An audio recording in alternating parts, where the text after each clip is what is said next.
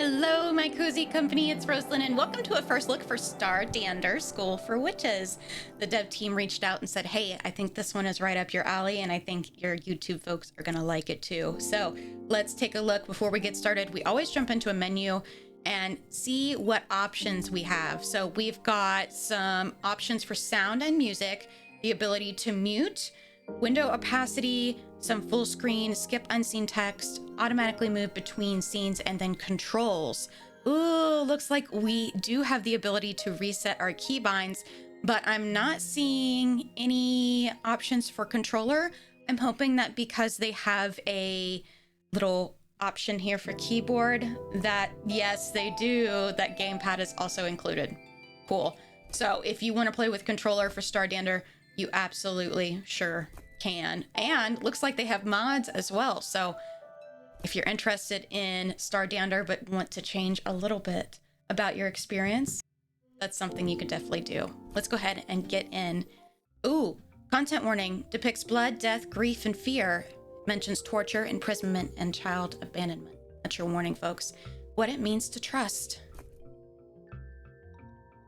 I smooth my scarf down over my coat, trying to hide the threadbare patches at the collar. Despite the cold, my palms are sweaty, or it feels tight. What was that? We passed through the barrier around Protector Ray's territory. Oh, blue text and dialogue boxes can be clicked to open that term. Oh, okay. We're in the wilds now, where hostile fae of all types lay ready and waiting to gobble up soft city folk like us. I say it half jokingly, but glance at Father to gauge his reaction. It is rare for fae to come close to the city. If you were scared, you needn't have come, Callie. I'm not scared, I haven't seen Devin in 7 years. I had to come eventually. The carriage suddenly stops with a jolt. We've arrived. Looks like we have a little bit of visual novel. I look around. A small castle sits almost directly in the river, which calmly reflects the wintry forest surrounding it. Songbirds call from the treetops. It's actually quite peaceful. As we approach the castle, I can see signs of disrepair everywhere. The trampled, muddy snow squishes under my boots unpleasantly. Shades. They live here? Somehow, yes. Virida, we do. My father's former colleague looks smaller and thinner than I remember. Once, she and father were the highest officials in the Renar city government, only below Holy Protector Ray. Your Grace? Just Virida now, dear. A few more people will emerge from the castle. I look toward them curiously. Will I even recognize them after all this time? I don't see anyone familiar. Lady Virida turns to father and they walk towards the others, already talking business and politics. Father points to the dilapidated perimeter wall. It's a concern, but the least of them. What about the city moat? I am trying, but even complete, it will only deter lesser fae. We need to do more. I've been conservative, trying not to risk Ray's displeasure. But since your last letter, I see now that we need to act. And now that Strand is backed, we need her involved again. We need her to send more. I don't fully understand what they're talking about, but I've heard enough. My heart is suddenly hammering. I can't believe it. Is he really a traitor to Protector Ray? Father, what are you... Not now, Callie. We have important things to discuss. Father raises a hand and makes a shooing motion, encouraging me to give them space. I shouldn't interrupt. I need to say... What are you gonna do? You're a child. Everything we've suffered the past 7 years, everything that is said about father, the nasty rumors, the poisonous glances. How could he do this? Why would he do it? What if we are exiled to live out here in the middle of nowhere in a cold, crumbling castle? I whirl away and stump off, my boots collecting snow as I go. I've always felt the father must be innocent, that when he was demoted and we were stripped of our rank, it must have all been a huge misunderstanding. I secretly hoped that one day Protector Ray would understand this and allow us to rejoin the high nobility. We could have our old life back. But I'd be such a fool. Holy Protectors are celestial class fae. They're like gods. They don't make mistakes. Shade forsaken. Suddenly, my boot catches on a white dusted tree root. I nearly fly forward face first into the snow, but I'm caught by something. Hi, it's a friend. Devin? His eyes widen with recognition. Callie? What are you doing here? You weren't... Father, Lord Graham and I are visiting. Didn't Lady Virida tell you? Oh, thank the protectors. I thought maybe you were exiled too. We stare at each other for a long moment. I was only 6 years old when Devin was exiled. Say something or it'll get awkward. Yes. You're a lot taller. Am I? I mean, of course. I glance around the forest to distract from the awkwardness of the moment. You're out here alone? I was hunting with our Pathfinder. He asked me to return first. Come on, I'll give you a tour. Oh, so we've got this health thing. Health and something hand sparkles. I can't believe you're here. This doesn't feel real. We have quickly seen every usable room of the small castle. They're all drafty and sparsely furnished with none of the comforts of home. No plush carpets soften the cold stone floors. No plumbing runs through the walls. The epitome of luxury, huh? Oh, absolutely. If I squint, it looks exactly like the sanctuary. We walk through the dilapidated hall in silence for a moment, our shoes echoing hollowy. Devin pushes open a creaky set of carved wooden doors. For a moment, I pause in the doorway, touching the carved swan sigil on the door with my fingertips. Remember when we drew on the door to the archive room in the sanctuary? Those carved owls. Yes, shades. Those owls never looked so dapper. Mustaches, top hats, they were all decked out. Devin suddenly buries his face in his hands. My mother forbade me from the sanctuary for a week after that. Yeah, because you stole the ink and pens from her desk. That was your mistake. Oh, it was it? And whose idea was it to decorate the owls instead of practicing our letters? I step through the doorway as we exit the castle onto a wide balcony directly above the river. I grasp the banister and look both ways. The river curves away, slow and reflective as a mirror. This is my favorite spot. Below us, a large water bird takes off from an icy branch and swoops away, following the curve of the river. Enjoy the view. Ah, +2 kindness. We stay in companionable silence, gazing across the lake towards Renar City. A few jumbled shouts reach my ears. I see someone running across the clearing where our carriage is stationed. What's going on? He enters the castle again, and I follow. We are nearly running as we burst out the front doors and take in the scene. There's something huge and horrible at the edge of the forest. Oh, whoa. A lone magic user, that must be the Pathfinder, is pummeling the creature with blasts of light. It doesn't flinch at all. The Pathfinder is already down on his knees in the snow. As we rush out into the middle of the clearing, Father and the others are running toward us. Go back, inside the castle. Everyone in. Graham, no, take the carriage. Get Callie back inside Rhea's territory. I won't abandon. As they argue, most of the others run for the castle doors. The creature lets out a deafening roar. Pathfinder shrieks in pain and falls flat into the snow. Devin starts to run towards the monster. Devin, what are you? I've learned a few spells. I can help.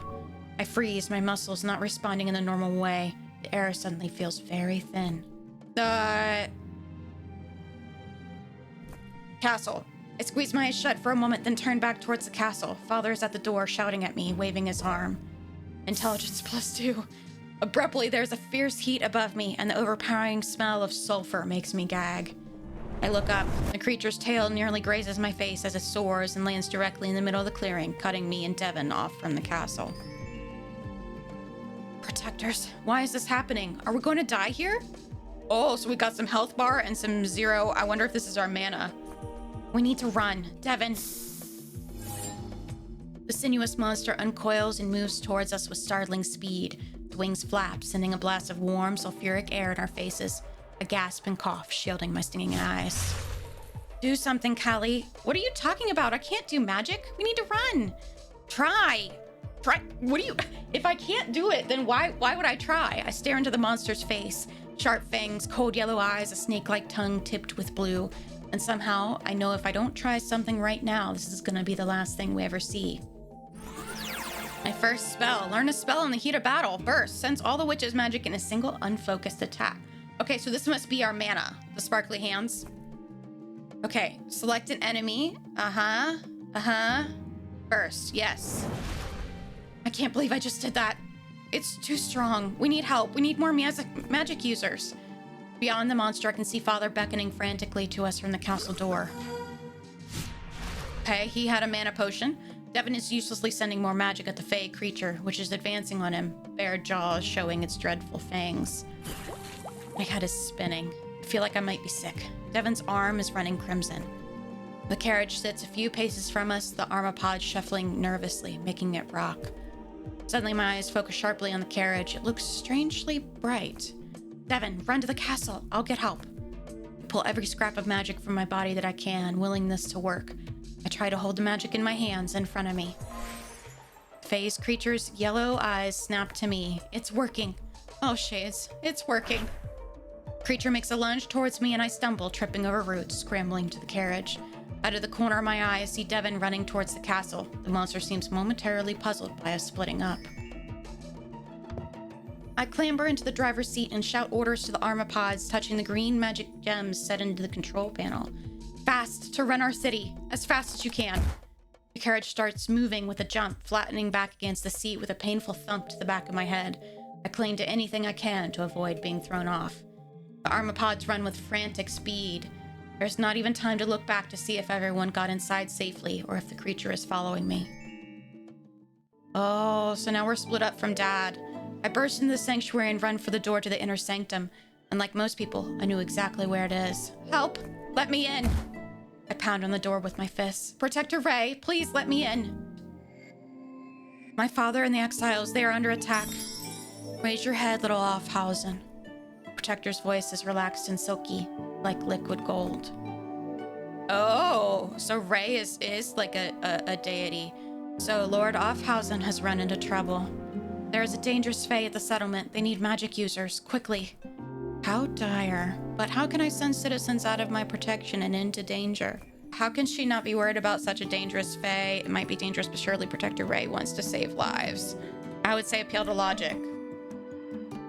There shouldn't be dangerous fae so close to the city. If you do nothing, the people will lose their trust in you. Lose their trust in me? Inconceivable. I am what stands between the citizens of Renar and these dangerous fae. Please, they're hiding inside the castle, but castle walls won't hold back a scorpion drake for long. Dear, I hate to bear the cold truth, but they are probably already dead. My stomach turns over and I fall to my knees on the chilly tile floor. The Holy Protector turns away and steps up the dais lightly, her fur gleaming in the flow of innumerable braziers. Please help them. I know you can. Please, I'll do anything.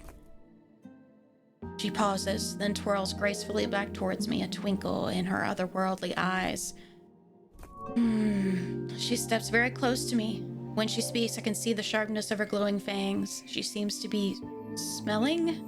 I shudder and fight off the urge to step away. I have protected this human city for 3 centuries, but only once have I suffered a betrayal by the humans I sacrificed my life for.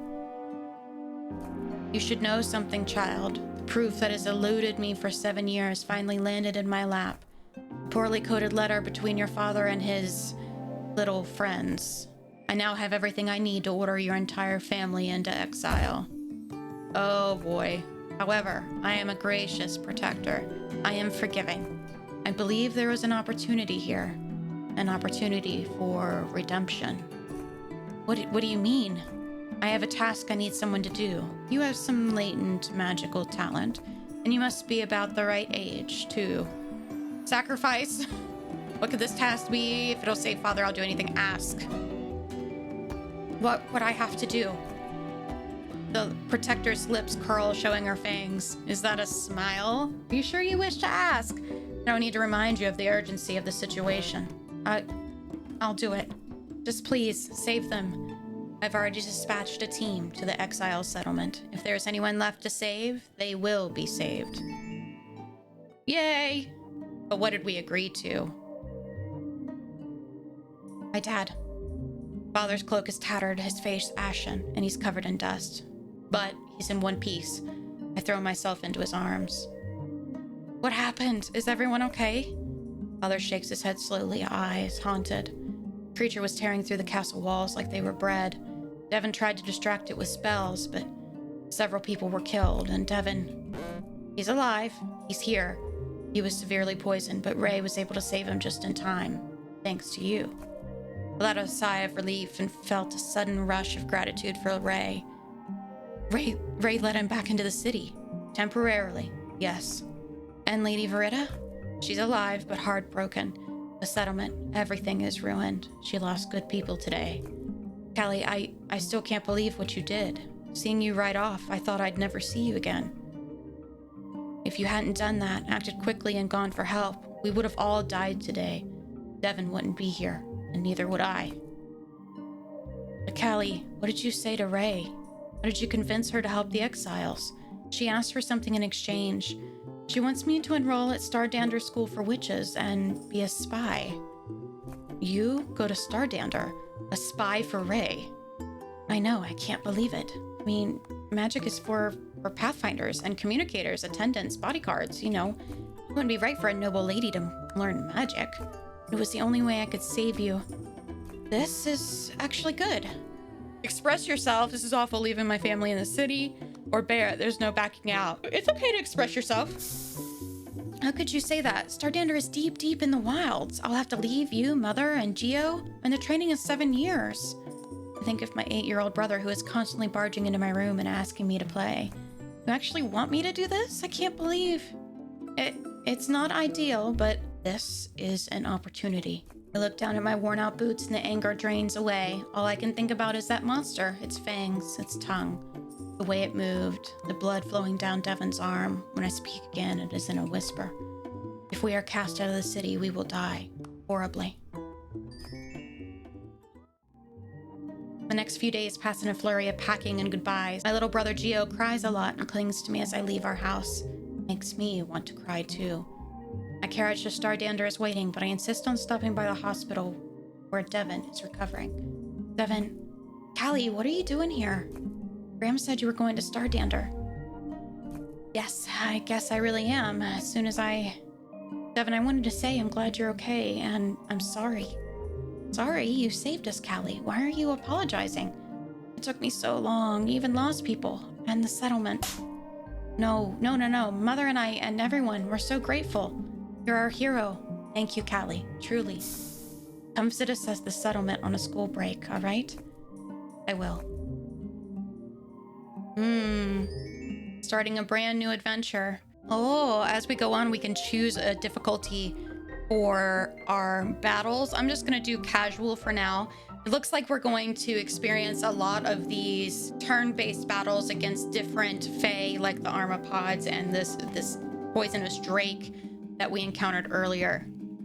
We get some information about the fae, its health, and some other information about its vulnerabilities and resistances. So for these battles, you have unlimited moves, but it is stopped by the amount of mana that you have.